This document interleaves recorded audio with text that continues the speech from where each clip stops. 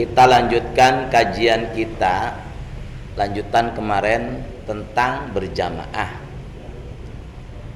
Kemarin ya ummul qauma, siapa yang boleh mengimami seorang kaum, sebuah kaum, yaitu kita jamaah, adalah orang yang paling memahami Al-Quran. Makasih Ustaz. Kemudian kalau seandainya ada yang sama, maka orang yang paling memahami sunnah Rasul. Kalau sama, maka dipilih siapa yang paling dulu hijrah. Hijrah itu artinya lebih benar. Kemudian sama, maka pilih orang yang lebih tua umurnya.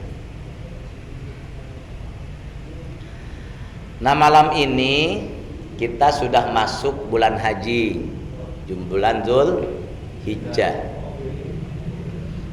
di mana ada beberapa amalan sunnah. Sunnah ini begini: bila dikerjakan mendapat pahala, bila ditinggalkan tidak mendapat pahala dan tidak berdosa. Itu yang namanya sunnah. Amalan sunnah yang pertama adalah puasa pada hari Arafah, yaitu tanggal 9 Dzulhijjah. Tanggal 9 Dzulhijjah. Jadi besoknya mau lebaran, sekarang puasa. Ada sebagian hadis mengatakan dari Yaumul Arafah tarwiyah, ada tarwiyah tanggal 8. 8-9. Kalau 10-nya boleh nggak berpuasa? Haram berpuasa pada hari raya, Raya Idul Fitri atau hari raya Idul Adha. Kemudian amalan sunnah yang kedua adalah sholat sunnah Idul Adha, sholat sunnah lebaran. Usolli sunnatal li'idil adha rok'ataini ma'mumal lillahi ta'ala. Sabtu depan ya, mudah-mudahan kita masih sehat panjang umur, amin.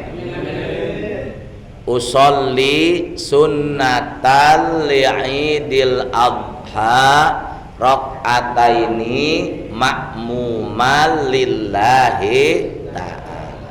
Saya niat sholat Idul Adha 2 rakaat jadi makmum karena Allah Ta'ala ngingetin doanya.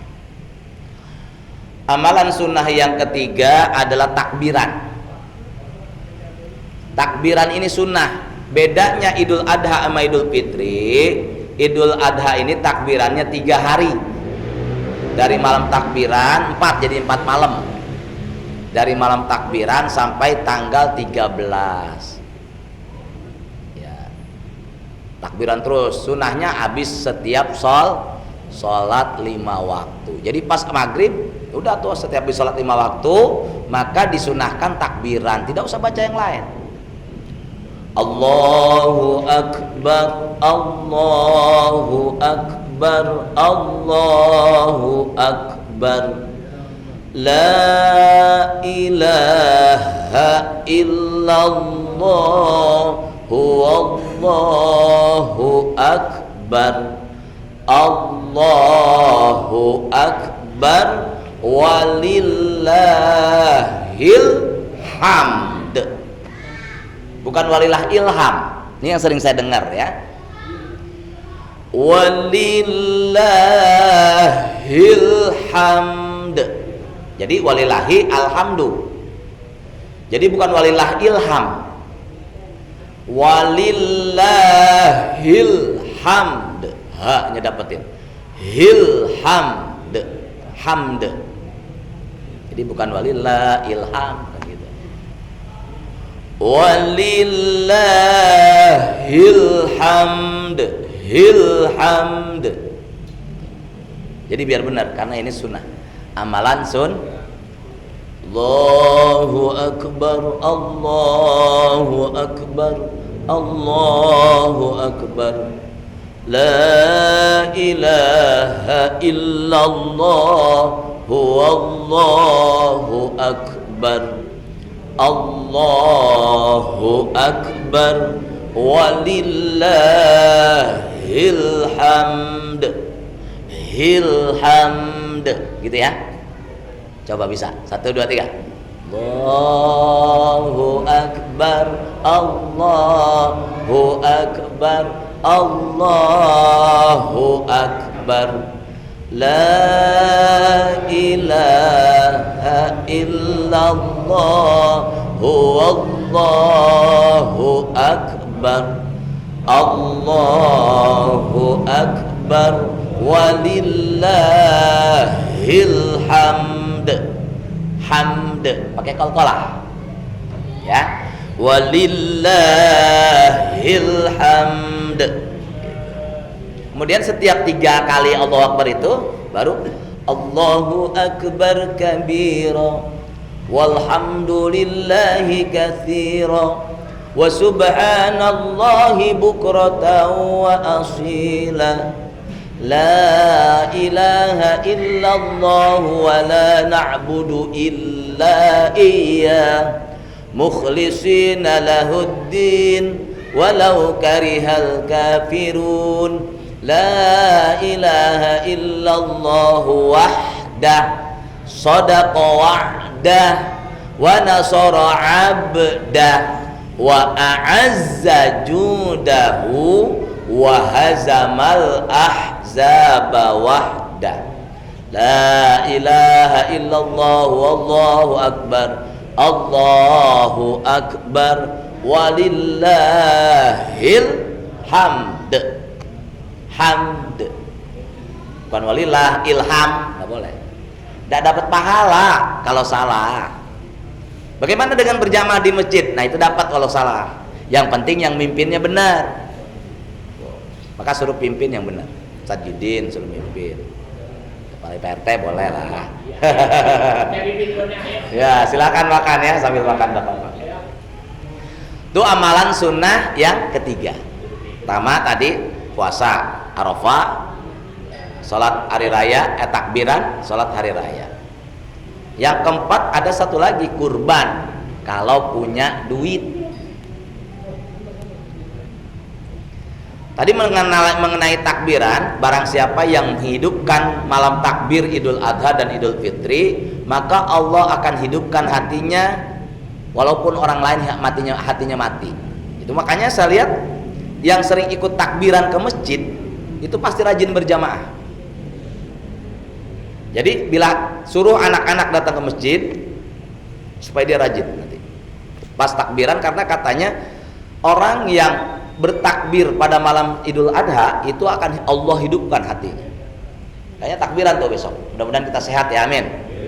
Sehat walafiatnya, duitnya, daging. Ya kalau daging sih besok kali lebarannya banyak. Nggak usah beli lah. Insyaallah Masjid Al-Ihsan ada yang itu. Nah, kita disunahkan berkurban bagi yang mampu. Terus kalau nggak mampu, ya nggak apa-apa. Kita harus berusaha mampu berkurban. Karena memang kurban ini pada zamannya itu sulit, berat. Nabi Ibrahim alaihissalam ketika disuruh berkurban sama Allah Subhanahu wa taala itu suruh ngurbanin anaknya, yaitu Nabi Ismail alaihi salam. Berat, Pak. Nabi Ibrahim itu pada waktu itu setiap motong sapi itu onta ratusan. Nah, jadi emang berat berkurban itu. Maka di Masjid Al-Ihsan ini kita coba patungan. Yang kuatnya sedikit ya ikut aja dulu. Nih, ikut aja dulu. Belum kuat satu kambing udah ikut bareng-bareng aja. Kali aja Allah Maha tahu, walaupun itu belum kehitung kurban dalam ilmu syar'i, tapi Allah lebih tahu. Wah, ini udah coba belajar kurban. Kalau belum kurban sama sekali, malaikat punya catatan. Ma yalfidzu min qaulin illa ladaihi raqibun atid. Nah, hewan apa yang sah dikurbankan? Yaitu kambing dan saudara-saudaranya. Kambing, Kemudian kambing gembel, wedus. Wedus kan itu juga ya. Kambing Garut. Apa lagi tuh? Kambing kacang juga boleh. Kambing dan saudara-saudaranya kambing lah. Sekambing itu. Yang sudah berumur, yang sudah kupak. Sekarang ini orang jual sapi banyak yang belum kupak. Saya liatin banyak, itu tidak boleh ya. Jadi walaupun gede harus sudah kupak. Syaratnya.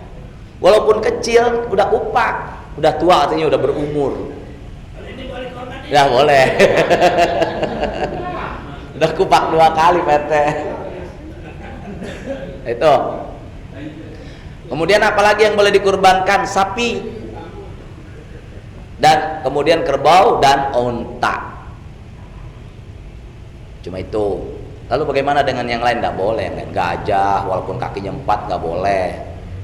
Macan nggak boleh. Harimau, iya. Kucing kagak boleh.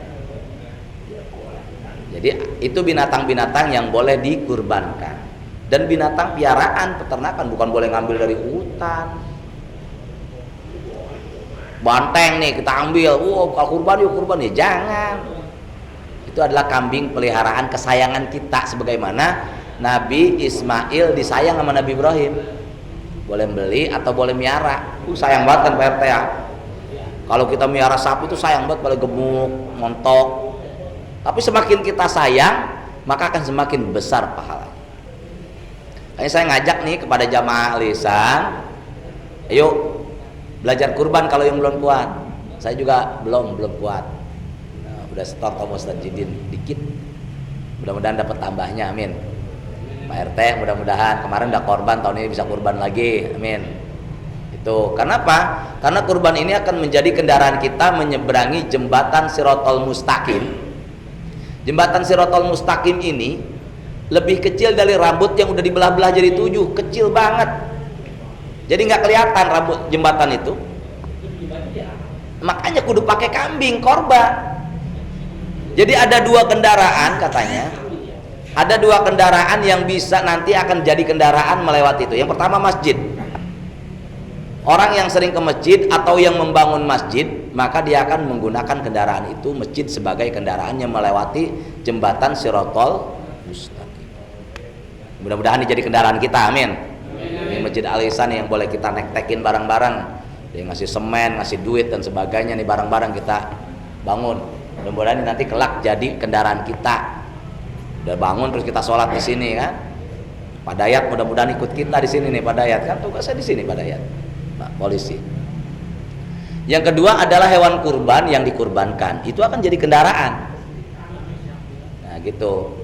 Ya, kita naik kapi dah, sapi, naik kambing. Makanya diperbolehkan mengurbankan orang yang sudah meninggal. Utama mana, kurban sama ekah? Maka utama kurban. 40 hari diekahin boleh, gak apa-apa, sodakot. Tapi lebih utama berkurban daripada ekah. Ya kalau meninggalnya pas bulan Ramadan, bulan haji, mendingan dikurbanin aja. Semuanya sunnah. Semuanya boleh dilakukan, tapi lebih utama mana? Karena ini hukumnya sunnah muakkad, sunnah yang dikuatkan. Jadi lebih kuat mana antara ekah? Orang meninggal itu kalau bocah kecil kan yang 7 hari itu akikah, tebusan. Itu pun mana lebih utama? Dua-duanya utama kalau itu. Sama-sama sunnah muakkad. Jadi kalau disuruh milih ekah apa kurban, maka berkurban. Saudara meninggal pas bulan haji, kurbanin aja. Kalau memang dia belum kurban, kurban atas nama si Anu, misalnya kayak istrinya Pak Minan. Itu daripada ekah lebih baik berkurban. Karena ini muakkad, sunnahnya muakkad, lebih utama. Boleh, nggak apa-apa. Meninggal udah lama banget tuh boleh diekahin. Misalkan kayak istrinya Pak Nursad almarhum, istrinya Pak RT, biar nenek-nenek nyebrangnya cepet, kasihkan kambing yang gesit kan, yang bagus, yang pokoknya yang standar kurban lah. Tuh kurban itu ya, kambingnya pokoknya lebih ngerti Pak RT lah daripada saya. Kambing yang kudu dikurbanin yang bagus bagaimana, yang kukunya nggak copot gitu. Yang kupingnya jangan jangan semplek, yang mulus, harus mulus. Kurban itu tidak boleh yang ada sedikit cacat, karena buat kendaraan gitu. Gudik aja nggak boleh, tidak sah. Bukan asal kambing, karena ini kurban, namanya kurban itu yang terbaik. Lalu bagaimana? Boleh nggak kita motong dewek? Boleh, yang penting dibagi. Nah, saya ajarin niatnya. Pengen motong dewek nih, tuh kan, golok tajam kan, tapi nggak pernah dipakai motong nih. Tahun ini pengen motong kambing sendiri lah, gitu kan. Saksi nama teman-teman, wah itu. Nih, gue korban, bocah, cucu, anak kumpulin semua kan. Ya kalau bisa sih di sini dibawa ke masjid, kita doain bareng-bareng. Nah kalau pengen motong sendiri nggak apa-apa. Saya niatnya nawaitul udhiyata, misalkan atas nama saya, ya sudah. Atau misalkan untuk nama istri, nawaitul udhiyata hadhil udhiyah, untuk siapa? Taqarruban ilallah, baru sebut Allahu Akbar walillahil hamd, baru dipotong. Allahu Akbar walillahil hamd, baru srot. Jadi harus diniatin yang ini mah motongnya. Kan kalau yang biasa motong ayam biasa bukan bismillah doang. Bismillahirrahmanirrahim, nawaitul an adbahadi dujajah lillahi taala, Allahu Akbar, udah gitu kan. Kalau ini sebut namanya, siapa yang dituju. Tong sapi misalkan harus disebut namanya. Misalkan Pak RT, saya, Kong Mus, Ustadz Jidin, Pak Dayat, disebutin namanya, 7 kalau sapi kan, untuk 7 orang disebutin, baru taqarruban ilallah, Allahu Akbar walillahil hamd. Nawaitul udhiyata, saya niat berkurban. Nawaitu an adzbaha hadhil udhiyah, saya niat memotong hewan kurban ini untuk siapa? Untuk Pak RT. Kita sendiri aja sebut nama kita, misalkan Sumitra binti bin apa gitu, disebut. Makanya kudu kita tongkrongin Pak, korban itu kudu ditongkrongin ya, kita korban ya, liatin. Kita takutnya salah nyebut ya. Emang boleh salah nyebut lah, kalau salah nyebut salah password, salah orang. Siapa bilang ini katanya bagaimana niatnya? Makanya dalam beberapa ibadah itu kan, misalkan kayak haji atau umroh, misalkan kita di kapal sampai Jeddah, labbaik Allahumma umrotan kan gitu kan, pas kita turun pakailah mulai ihram, kan itu ada batas, nggak boleh sembarangan. Kita bilang dari Indonesia udah niat tuh nggak boleh gitu. Udah niat maka ihram dan sebagainya. Nah itu juga sama berkurban, maka harus ditegaskan penyebutan namanya, karena ini masalahnya buat kendaraan pribadi nantinya. Buat istri misalkan, saya beliin ini kambing buat almarhumah si anu, kong bapak semua.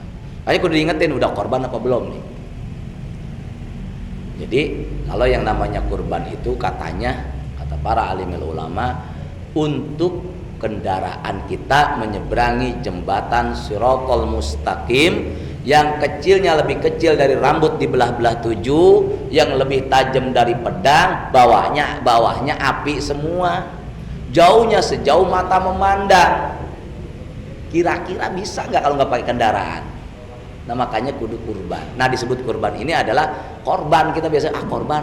Ya, korban itu karena kita memang harus merelakan sesuatu yang kita sayangin.